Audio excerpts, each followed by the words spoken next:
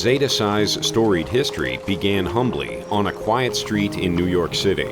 The year 1847 means a lot to everyone within Zeta Psi. With all the hustle and bustle of a major city like New York in the mid-1800s, it would be very easy to overlook what took place on June 1st, 1847. In 1847, there were three young men who were studying at New York University in New York: John Brad Yates Summers, John Moon Skillman, and William Henry Dayton. Certainly the most illustrious of them is his brother John Brad Yates Summers, generally considered to be sort of the founder amongst the original triad. Brother Summers went through the fraternity recruitment. One of his friends was not offered a bid to the fraternity he was offered a bid to, and he thought that wouldn't it be nice if there was a fraternity that was a little more inclusive, and the idea to start a fraternity popped in his head. So Brother John Summers and his two friends got together. They came together at 82 Madison Avenue, which was one of their homes. On that day, Summers, Skillman, and Dayton laid the foundation for one of the most enduring fraternities ever, Zeta Psi. In many ways, the creation of the fraternity was a revolutionary act. But if you think about what they did, it was truly visionary. It was at a time when college fraternities were not common. In fact, were somewhat of an innovative concept in terms of the social life and the collegiate experience.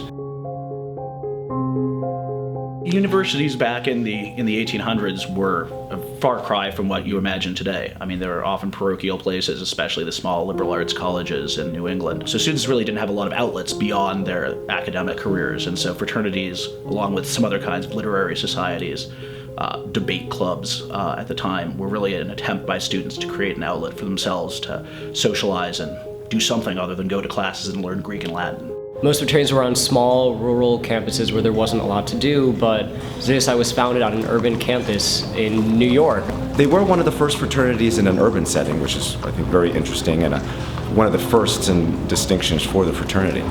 As the fraternity began to coalesce, Summers and his founding brothers drew inspiration from a much older organization. The Masons were a very, very prominent organization. Zeta Psi has a very close connection to the Masons even to this day. In fact, Brother Summers was a very prominent Mason. The Masons, or Freemasons, were the oldest and largest fraternal organization in the world. Many prominent Americans, including 13 signers of the Declaration of Independence, were members of the exclusive club. Zeta Psi's organization structure derived from sort of the way the Masons organized themselves.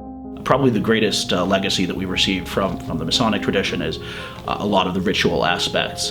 The NYU chapter, we know, established many rituals. In those days, it was a secret society, so the group would meet in secrecy and had many secret recognition symbols and knocks to be proof that you were truly a brother. And so that's where all of our ritual comes from in Zeta Psi, is that those original founders and establishing a secret society. A lot of it derives from really ancient traditions originated by the Masons back in the Middle Ages.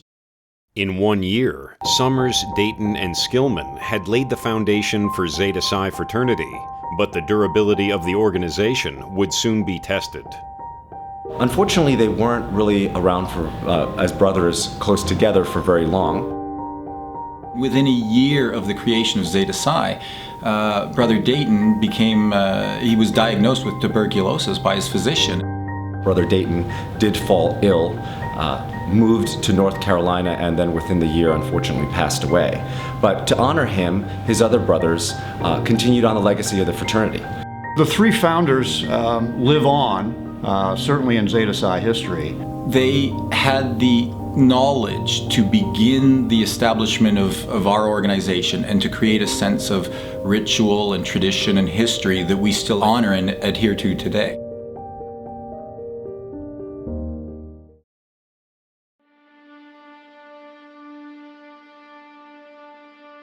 When news reached New York of Brother Dayton's passing, the Phi chapter held a commemoration in his honor.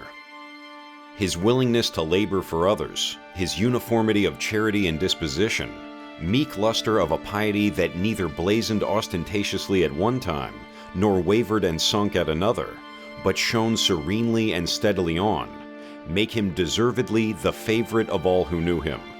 Brother Summers, May 23, 1848. Brothers Summers and Skillman remained leaders in the organization. Both were committed to the expansion of Zeta Psi to campuses across the country. In the year after the formation of the fraternity, 1848, they succeeded in founding new chapters at Williams College and Rutgers University. By 1860, 16 chapters had been chartered, including the Upsilon chapter at the University of North Carolina, marking the fraternity's first move out of the Northeast. This era of high spirits would be short-lived. After 15 years of stewardship, Brother Summers suffered his untimely passing in 1863, depriving the fraternity of its founder. But a greater tragedy had overwhelmed the entire nation. Just 2 years before, shots were fired at Fort Sumter, plunging the country into civil war. As campuses rallied for battle, the fraternity's growth nearly halted. Zeta Psi would also suffer casualties, enduring the loss of 6 chapters before the war's end.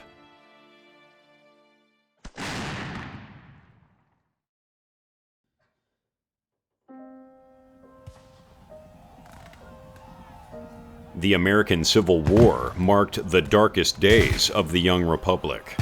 The old ties of family and country were torn asunder. For Zeta Psi, the bonds of brotherhood would be severely tested during this time. The Civil War is a remarkable piece of history for the United States. It was incredibly tragic, caused more casualties than any other war that we've been involved in. It's a catastrophe for the United States. There would eventually be huge bloodletting. It is the bloodiest war in American history, brother against brother. When the Civil War began, entire campuses were essentially denuded of students. Everyone was mustered for the war and marched off. So even for those chapters that continued on in rude health after the war, effectively, most colleges were shut down. Certainly many chapters were essentially inactive during that period. It's really interesting to me that Zeta Psi was able to survive the Civil War because we literally had some colleges in the South, some in the North, and so we were a mirror image of that phenomena being torn apart, and yet we stayed together. We did have 2 chapters in the South, with the Gamma at Georgia Military Institute and the Upsilon at University of North Carolina. In 1862, the annual Zeta Psi convention was set to take place at the Upsilon chapter at North Carolina, but with the bloody war entering its 2nd year, the reunion would have to be delayed. Instead, they sent a resolution affirming a commitment to their shared brotherhood. Whereas the present distracted state of our country renders it inexpedient to hold our convention in this state during this year, resolved that the Sigma Alpha be instructed to write to all chapters, assuring them that though our federal union has been dissolved, still the circle of Zeta Psi fraternity shall never be broken, and resolved that the bonds of Tau Kappa Phi, which bind us to our brothers in the North, are as strong as they ever were. Powerful words. Later that year, at the Battle of Chattanooga, that commitment would be put to the test for 2 brothers fighting on opposite sides of the war. It's not just words. In fact, with the story of Brother Henry Schwerin, who was representing New York from Union College Theta at that time, the first Theta, he actually was at the Battle of Chattanooga and was very severely wounded. And a Confederate soldier came along still in the course of the battle, and spotted his Zeta Psi badge on his uniform, and he stopped and helped his brother from the North, this is a Confederate soldier, helped his brother from the North to the hospital. And completely ignoring the imperatives of war and completely ignoring that his country thought of this person, this brother, as an enemy, took him off the battlefield and brought him to medical attention. And Brother Henry Schwerin survived and lived beyond the war. While Brother Schwerin would go on to survive the war, many brothers, even entire chapters, were not as lucky. The original Gamma chapter the Georgia Military Institute was, the institute was itself destroyed during Sherman's march, and we have only scant records that the chapter ever existed. And the Georgia Military Institute is a tragedy in our history. The chapter was not even in existence for a year. The campus was completely decimated and destroyed, and we have no known records of activities of Zeta Psi at that chapter. So it is a void in our history. It is a tragedy. While the American Civil War represented a traumatic period for Zeta Psi and the nation as a whole, the bonds of brotherhood remained unbroken. Many years after the war, there were organizations for the veterans of the war, the United Confederate Veterans and the Grand Army of the Republic for the Union soldiers. And it so happened that again, many years afterwards, the leaders of these respective organizations, Brother Louis Stephen Pilcher for the GAR and Brother Julian Shakespeare Carr for the United Confederate Veterans, both shook hands at the convention. The Toastmaster of the evening commented that if only the war had been placed in the hands of the Zeta Psi Brethren, it wouldn't have been necessary at all.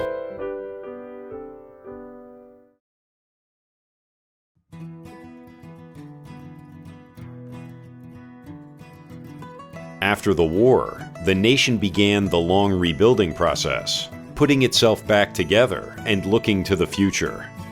Having survived the conflict, Zeta Psi put the past behind it and looked forward to new frontiers in its desire to grow the fraternal order. In 1870, Zeta Psi created the Iota chapter at the newly established University of California, becoming not only the first fraternity in California, but also the first fraternity west of the Mississippi. With chapters now spanning the entire country, Zeta Psi made a bold decision at its grand chapter meeting in 1877. Zeta Psi would expand into Canada, attempting to be the first international fraternity ever. That dream was realized in 1879 when the Theta Xi chapter was established at the University of Toronto.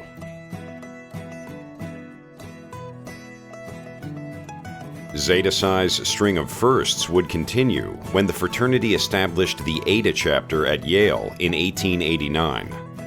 By securing a home at the prestigious Ivy League school, Zeta Psi became the first fraternity to establish chapters at all 8 Ivy League schools and run them concurrently. This achievement earned them the nickname the Ivy League Fraternity.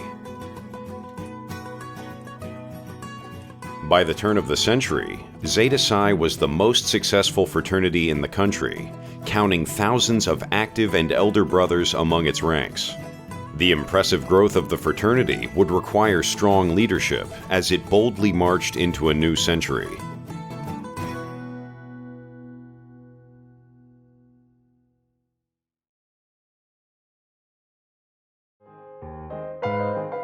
At the dawn of the 20th century, America was on the rise.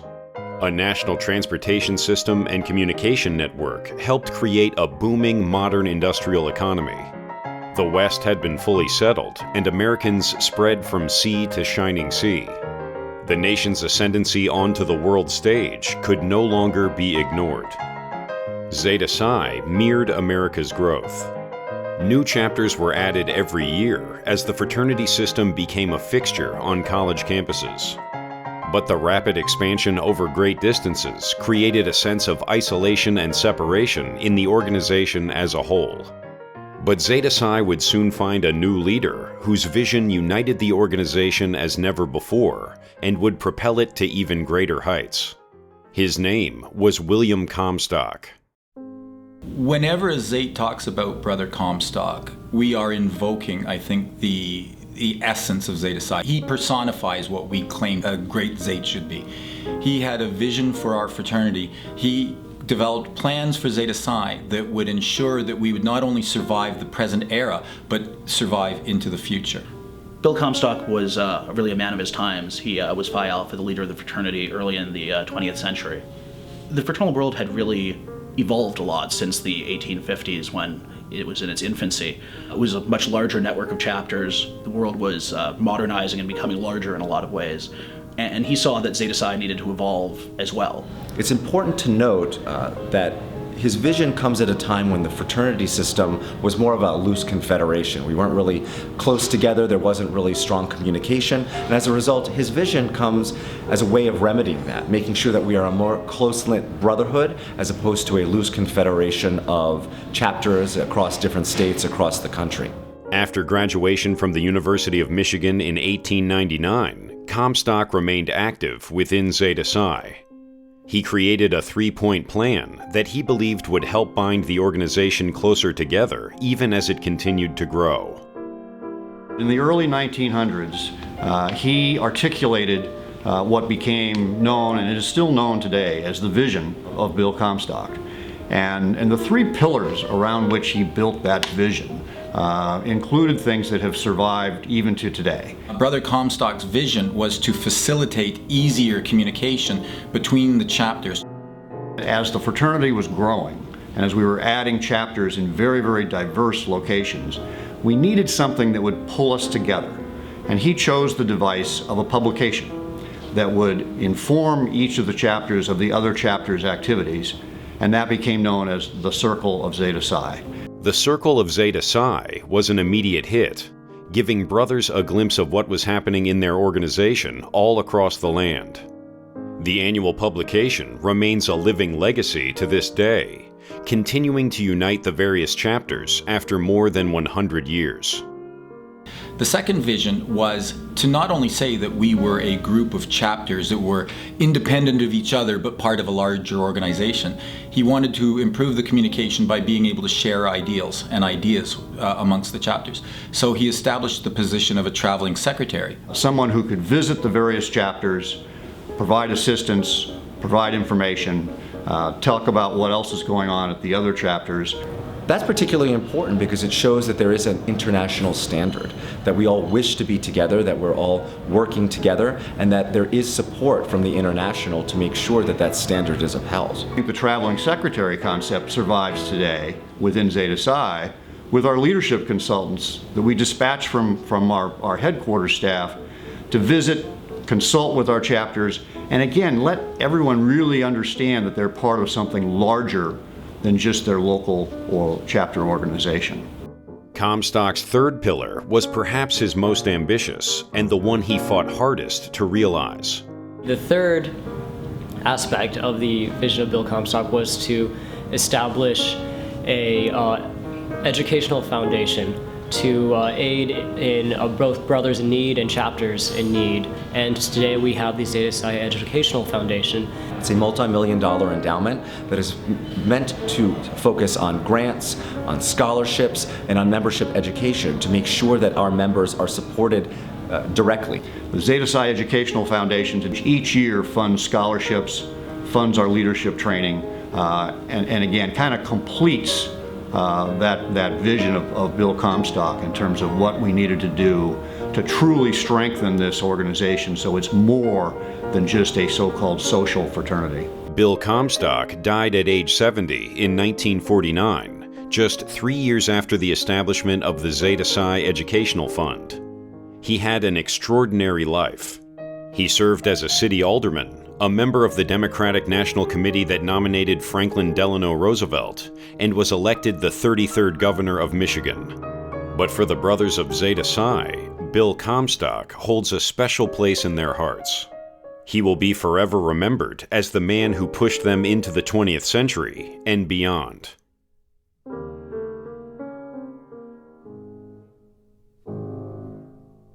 Every year at our annual convention, we give the Bill Comstock Award.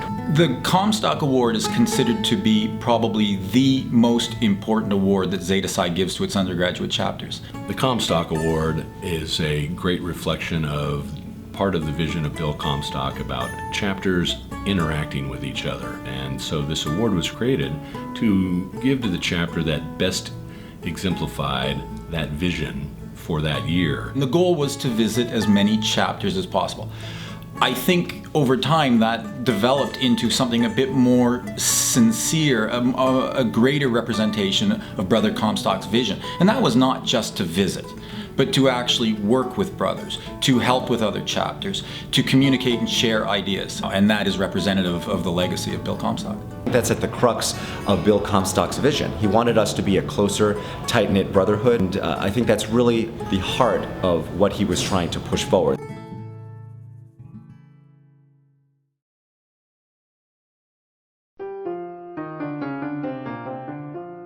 With Brother Comstock's vision set to guide Zeta Psi through the new century, the fraternity appeared ready to prosper. By 1910, the frontiers of Zeta Psi had been bolstered.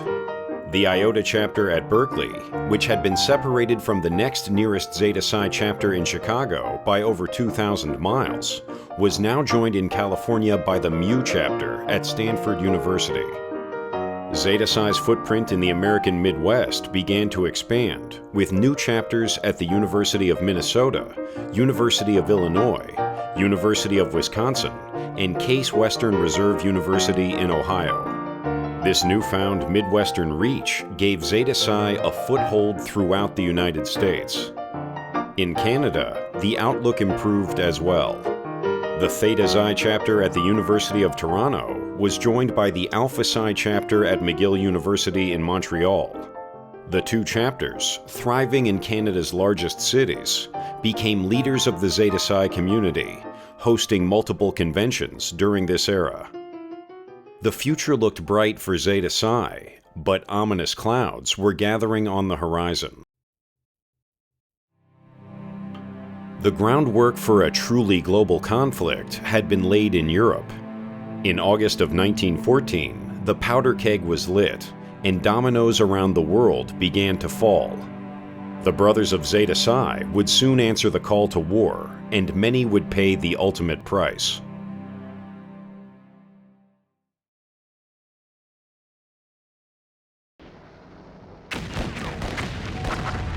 World War I, originally called the Great War, began on July 28, 1914. At that time, it was the largest conflict in human history. Before its conclusion, over 25 countries and 70 million people had joined the bloody and seemingly endless fight. As the world powers clashed in Europe, the United States attempted to stay neutral and avoid sending its young men into battle overseas. But Canada, then still a dominion of the British Empire, was pulled into the conflict almost immediately. Much like the American Civil War had a significant impact on the American chapters at that time, the First Great War had a tremendous impact on the Canadian chapters, and there were only two. There was the chapter at the University of Toronto and the chapter at McGill University. Two of our chapters, which were in Canada, entered the war well before the United States did. And so, in particular, Theta Xi at Toronto and Alpha Psi at McGill in Montreal were deeply affected. Our brothers were very much involved in the war early on. And so the Canadian chapters, at least at the start of the wars, really bore the brunt of entire campuses being essentially sent off to Europe to fight. The University of Toronto and McGill University in the First World War sent over 180 brothers as members of troops to go and fight in Europe, even though it was a European battle, not a North American battle. Zeta Psi's largest contribution to the war was the establishment of the No. 3 General Hospital. The effort was led by two influential Zetas, Colonel H.S. Burkitt and Dr. John Alexander McCrae. The hospital, known as McGill Hospital, was placed directly behind the front lines in France. It drew volunteers from McGill Hospital in Montreal, as well as the University of Toronto.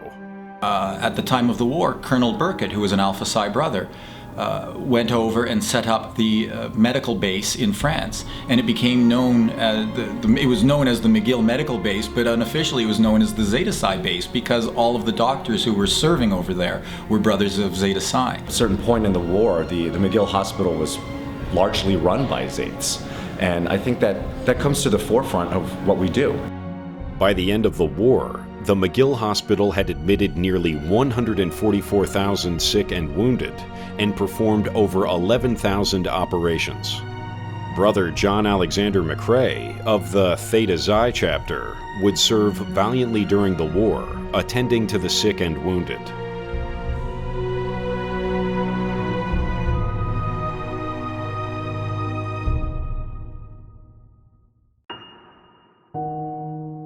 During the Second Battle of Ypres in 1915, he cared for the wounded in a hastily dug 8-by-8-foot bunker on the front lines. During the battle, his dear friend and former student, Lieutenant Alexis Helmer, was killed by artillery. In his anguish, McCrae sat down and penned one of the most poignant and famous poems about the devastation of war. He wrote In Flanders Fields. But one of the greatest legacies of the Zeta Psi involvement in World War I is the poem In Flanders Fields, which has an important role to the fraternity as well to Canada and the world at large. It's a beautiful piece of lyrical work, but it really memorializes the loss of war and the importance of pushing on. The poem was not written with the intent of becoming iconic. It was written for his family, and it was written without him expecting to obviously die. But it has literally immortalized him within the ranks of Zeta Psi, but also within the context and the history of the Great War. So we are all proud to have In Flanders Fields be part of Zeta Psi's culture, legacy, and history.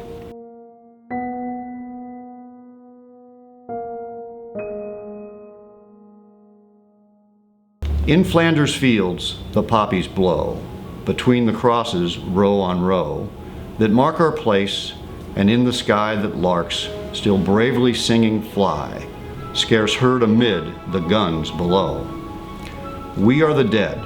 Short days ago we lived, felt dawn, saw sunset glow, loved and were loved, and now we lie in Flanders Fields.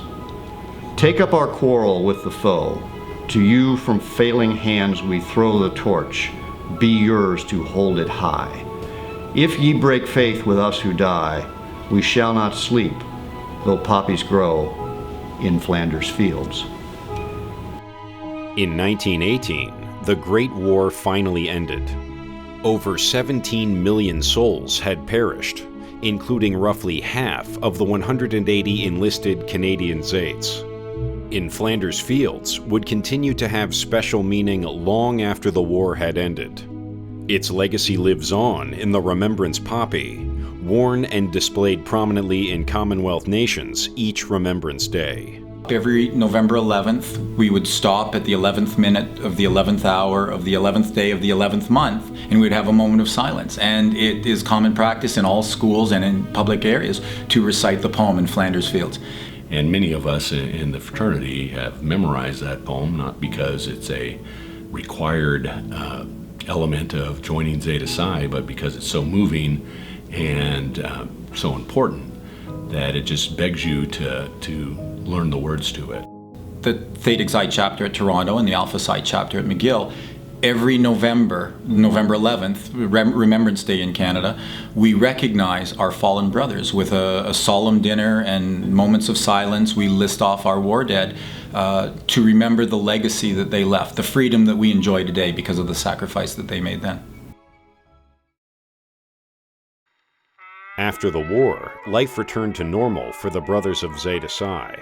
They, like much of the rest of the world, attempted to resume life and enjoy the unbridled optimism of the 1920s. 2 new chapters found homes at the University of Washington in 1920 and at UCLA in 1924. But on October 29, 1929, the New York Stock Exchange collapsed, leading to the Great Depression, which became the deepest and longest economic downturn in world history.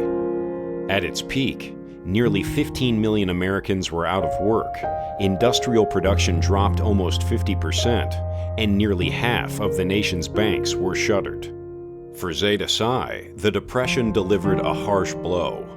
Enrollment plummeted, and expansion in the United States halted. In fact, there would not be a new chapter in the United States for the next 23 years. Fortunately, while American chapters languished, Canadian chapters grew dramatically. Between 1921 and 1938, chapters were chartered at Manitoba, British Columbia, Alberta, and Dalhousie University. This rapid growth only furthered Zeta Psi's pioneering spirit in the North, as each of the new chapters was the first at its institution.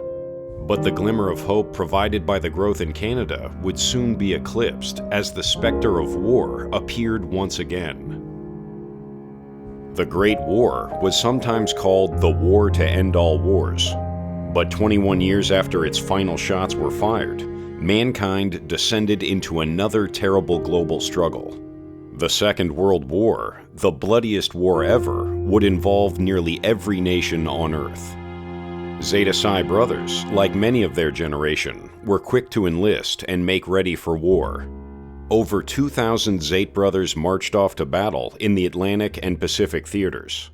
For those brothers who could not join in the fight, they did their part by manning the home front.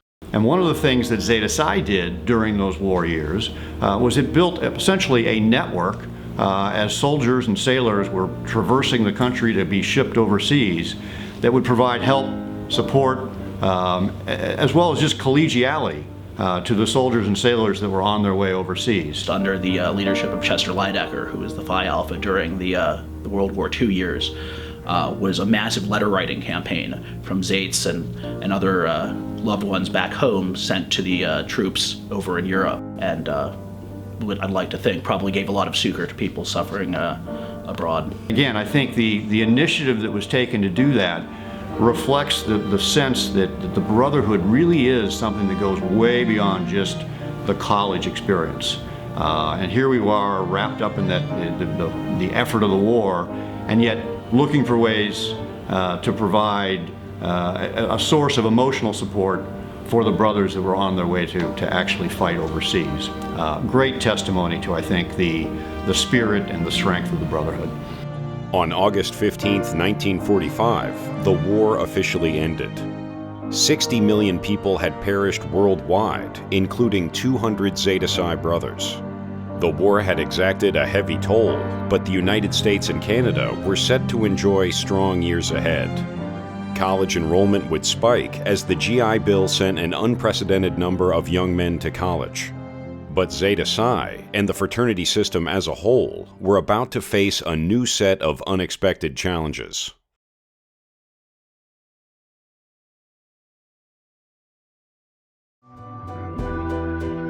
During the post-war years, the United States was blessed with an economic boom.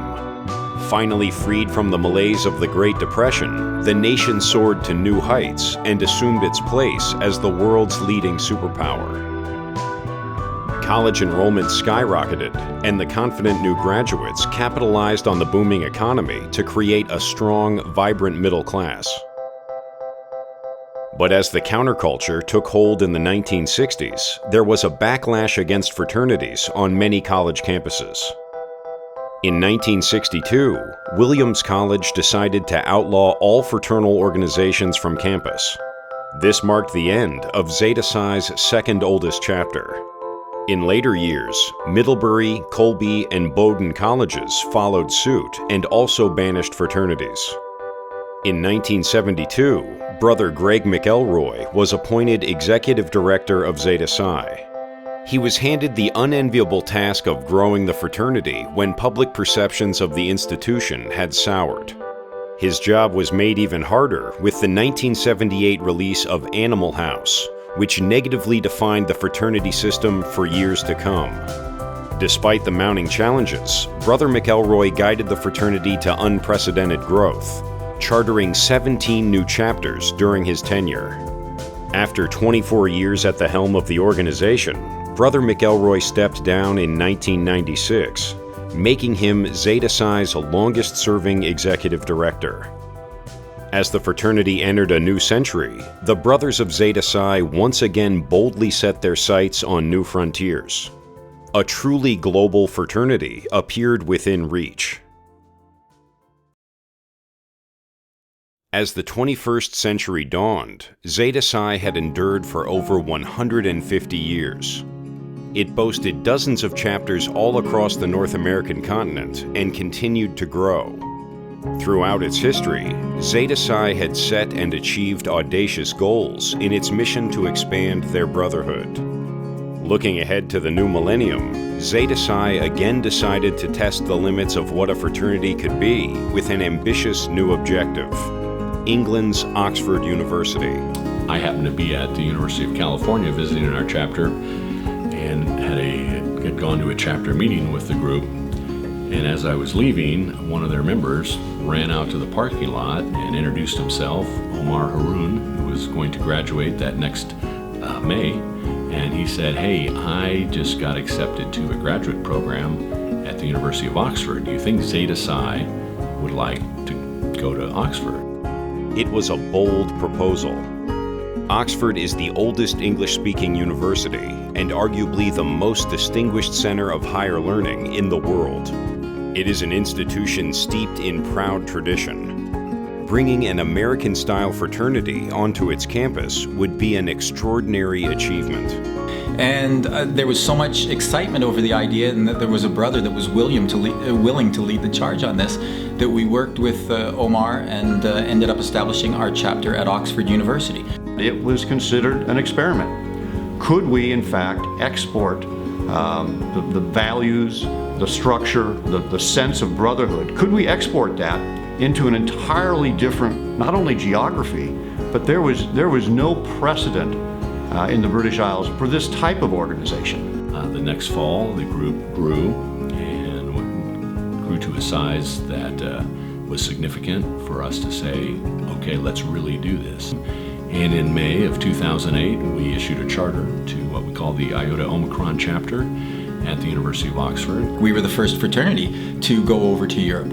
We followed that up with establishing a chapter at St. Andrews University in Scotland, and then at Trinity College in Dublin. So the sight of brothers visiting from the British Isles throughout the year has become a regular factor of Zeta Psi life. And I think going back to the vision of Bill Comstock, it really is the realization of that. It's the purest confirmation to brothers that it's not merely a fraternity that transcends state lines, it transcends national lines, it transcends continental lines. That really is the true spirit of Zeta Psi.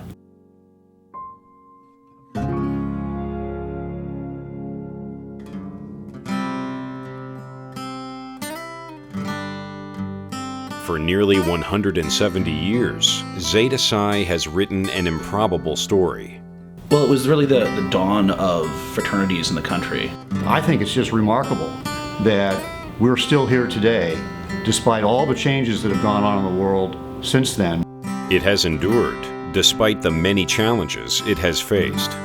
And since their founding in 1847, Zeta Psi has thrived and existed continuously and expanded through the country's own civil war, through World War I, through the Great Depression, World War II. So the fact that we survived, thrived, prospered, and can look back at our heritage the way we do, I think makes the founding story not just a historical footnote, but an important foundation around which we all take a great deal of pride.